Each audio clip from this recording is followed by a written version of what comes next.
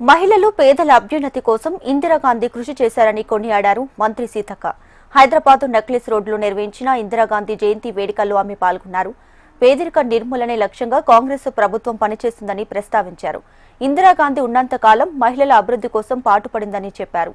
ఇందిరా మహిళా సంఘాల్లో 1 కోటి మంది మహిళలను కోటీశ్వరులుగా చేసేందుకు ప్రభుత్వం అడుగులు వేస్తుందని మంత్రి సీతక్క పేర్కొన్నారు.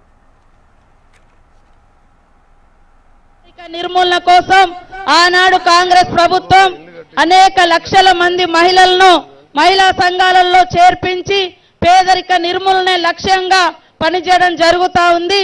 ఇందిరమ్మ కూడా బతికినంత కాలం మహిళల కోసం, పేదరిక నిర్మూలన కోసం, అభ్యున్నతి కోసం, మరి ఈ దేశం ముక్కలైనా పర్వాలేదు, ముక్కలు కాకుండా నా దేహం ముక్కలైనా పర్వాలేదు కానీ ఈ దేశం ఐక్యంగా ఉండాలి, అభివృద్ధి పదంలో ఉండాలి అని ఆమె పోరాడింది.